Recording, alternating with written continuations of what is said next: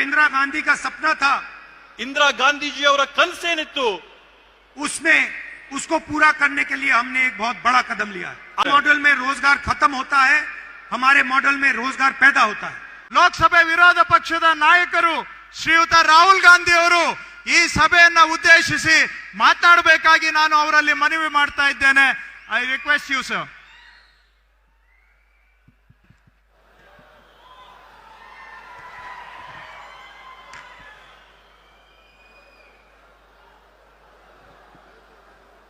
खड़गे जी, रणदीप सुरजेवाला जी, सिद्धरमैया जी,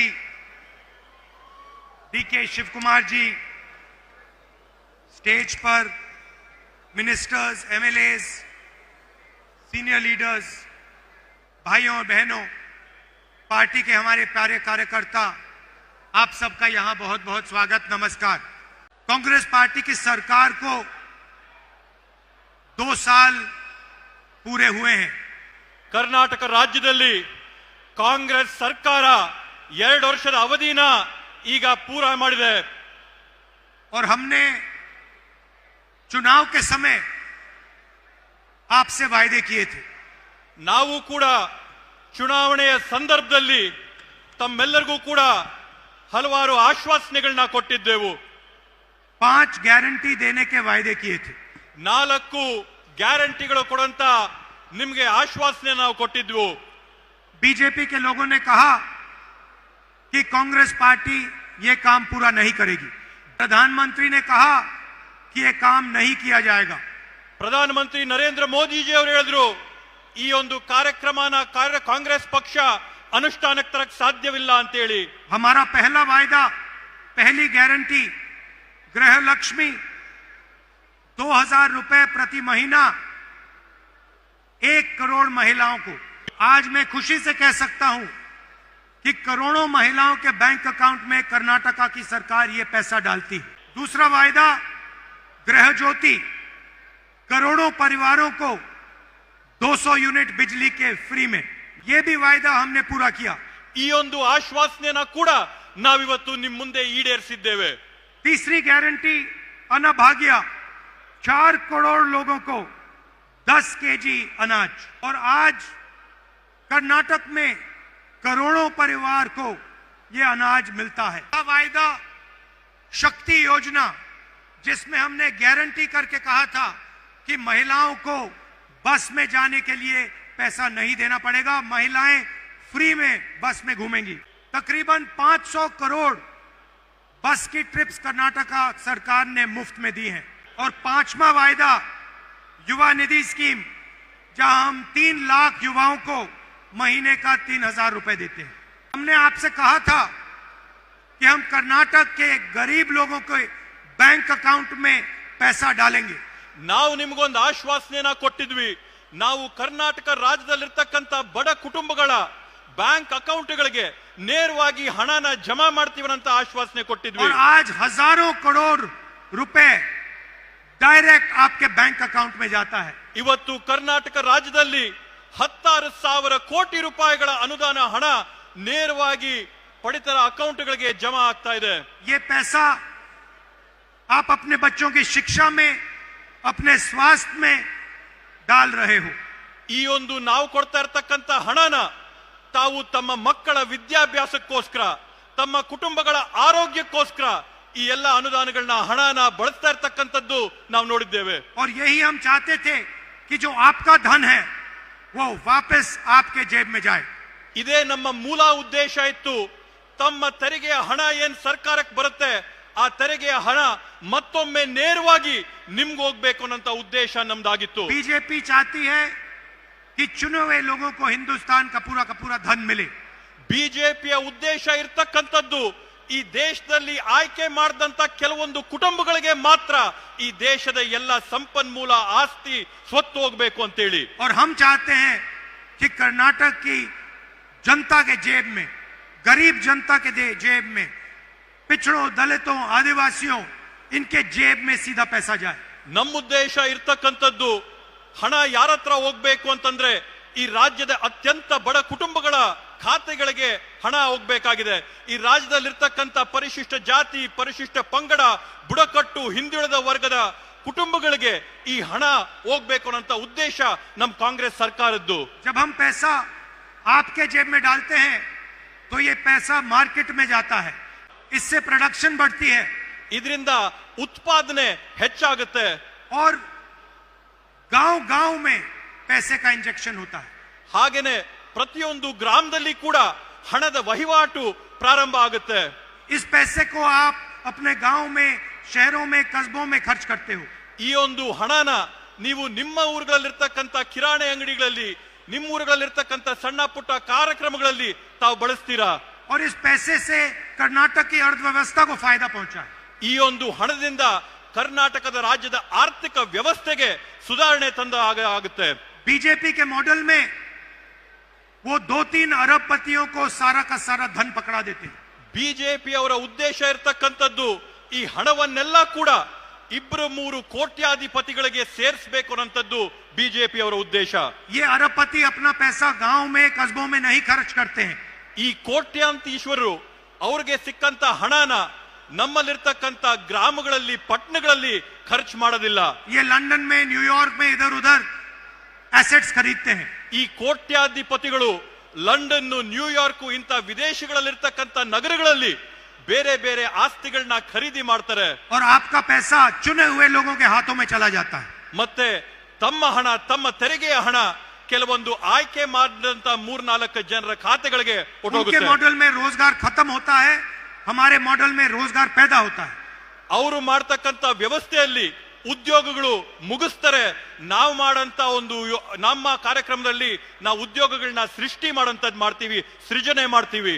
उनके मॉडल में अगर आप बीमार होते हो तो आपको कर्ज में डूबना पड़ता है.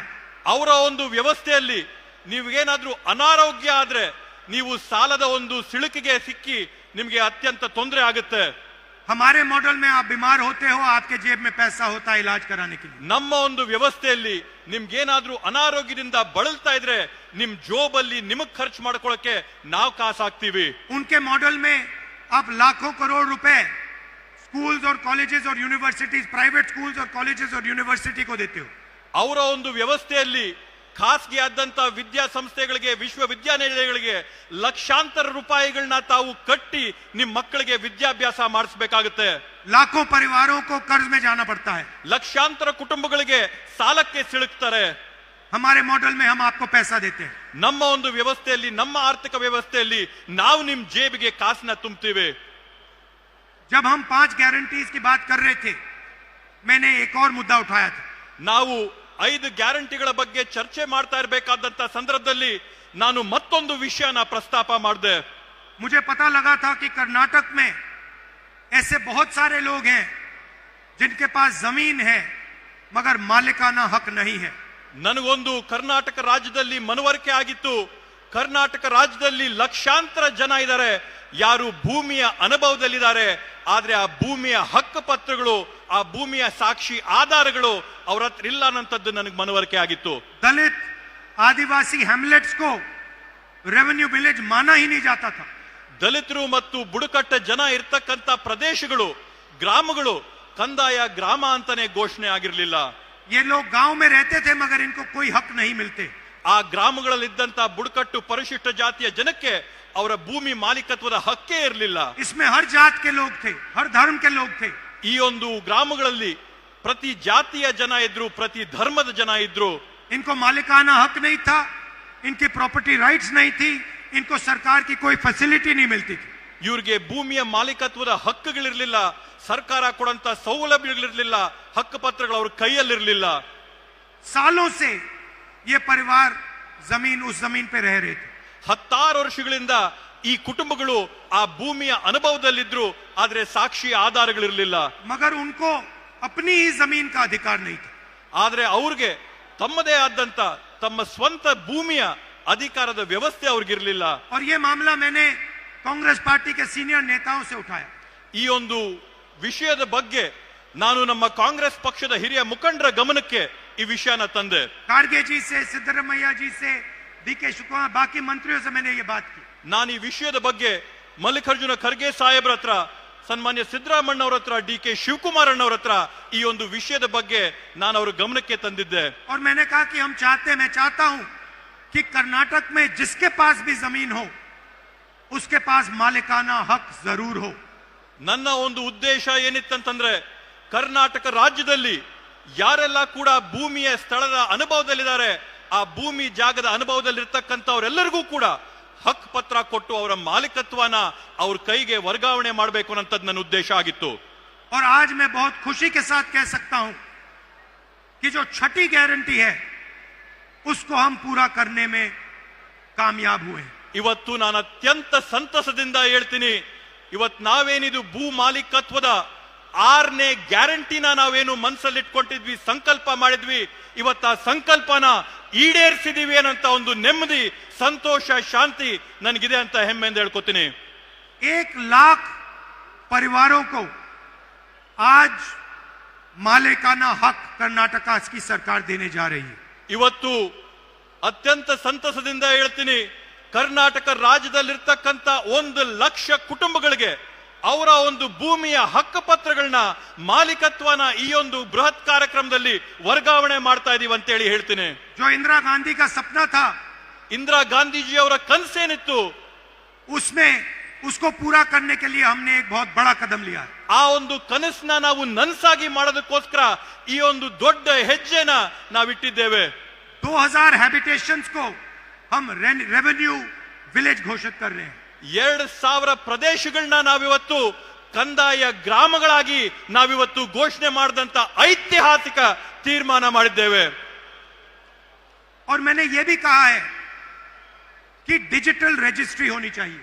ನಾನು ಮತ್ತೊಂದು ಮಾತು ಹೇಳಿದ್ರೆ, ತಂತ್ರಾಂಶಗಳಲ್ಲಿ, ತಂತ್ರಜ್ಞಾನದಲ್ಲಿ ಎಲ್ಲ ದಾಖಲಾತಿಗಳು ತಂತ್ರಜ್ಞಾನದಲ್ಲಿ ಡಿಜಿಟಲ್ ರೆಕಾರ್ಡ್ ಇರಬೇಕು ಅಂತ ಹೇಳಿ. गरीब लोग अपने जमीन का रिकॉर्ड नहीं निकाल सकते हैं. ಬಡ ಕುಟುಂಬದಲ್ಲಿರ್ತಕ್ಕಂಥವ್ರು, ಸಣ್ಣ ಪುಟ್ಟ ಮನೆಗಳಲ್ಲಿರ್ತಕ್ಕಂಥವ್ರು ಅವರ ಕಂದಾಯ ದಾಖಲಾತಿಗಳನ್ನ ಭದ್ರವಾಗಿ ಇಟ್ಕೊಳ್ಳೋಕೆ ಕಷ್ಟ ಆಗುತ್ತೆ. सालों बीत जाते हैं, उनको अपना डॉक्यूमेंट नहीं मिलता है. 10 ವರ್ಷಗಳು ಕಳೆದ್ರೂ ಕೂಡ ಅವ್ರಿಗೆ ಅವರ ಮಾಲೀಕತ್ವದ ಪತ್ರಗಳು ಕೈಗೆ ಸಿಗೋದಿಲ್ಲ. इसीलिए हमने कहा है कि 21वीं सदी में डिजिटल रजिस्ट्री होनी चाहिए.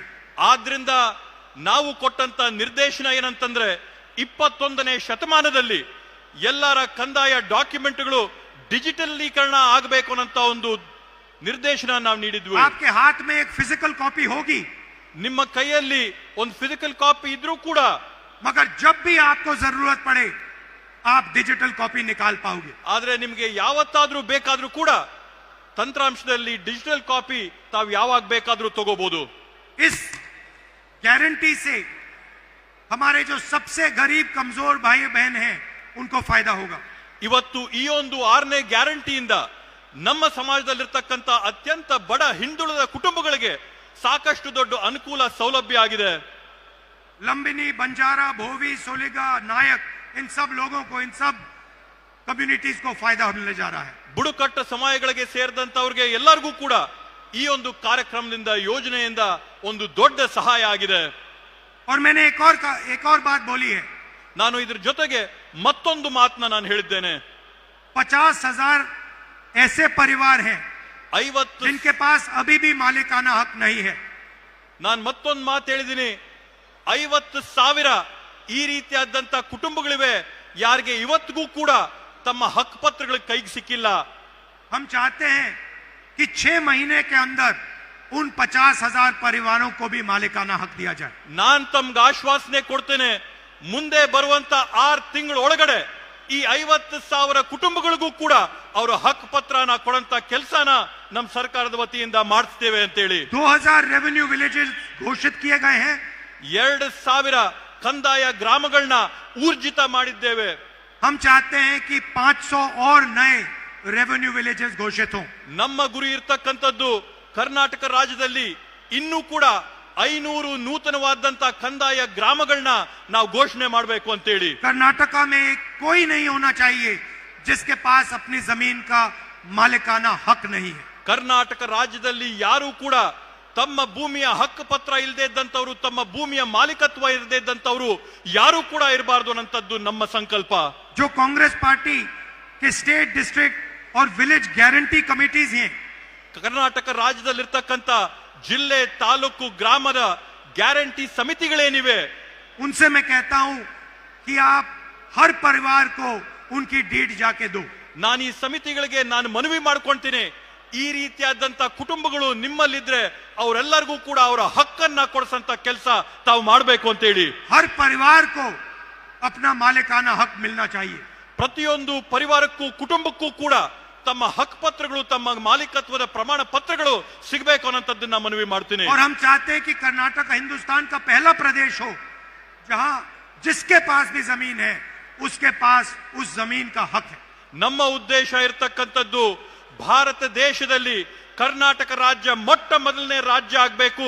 ಯಾವ ರಾಜ್ಯದಲ್ಲಿ ಇರ್ತಕ್ಕಂಥ ಪ್ರತಿಯೊಬ್ಬ ಸಾರ್ವಜನಿಕರು ಮಾಲೀಕತ್ವದಲ್ಲಿ ಅನುಭವದಲ್ಲಿರ್ತಕ್ಕಂಥ ಭೂಮಿಯ ಪತ್ರಗಳು ಅವ್ರ ಕೈಯಲ್ಲಿರಬೇಕು, ಅವರ ಮಾಲೀಕತ್ವದ ಹಕ್ಕು ಪತ್ರ ಅವ್ರಿಗೆ ಸಿಕ್ಕಿರ್ಬೇಕು ಅನ್ನೋಂಥ ಉದ್ದೇಶ. वायदा हमने आपको 5 गारंटी का किया था, ಇವಾಗವರೆಗೂ ನಾವು ನಿಮ್ಗೆ 5 ಗ್ಯಾರಂಟಿಗಳ ಆಶ್ವಾಸನೆ ಕೊಟ್ಟಿದ್ವಿ. मगर सच्चाई में हमने आपके लिए 6 गारंटी की है.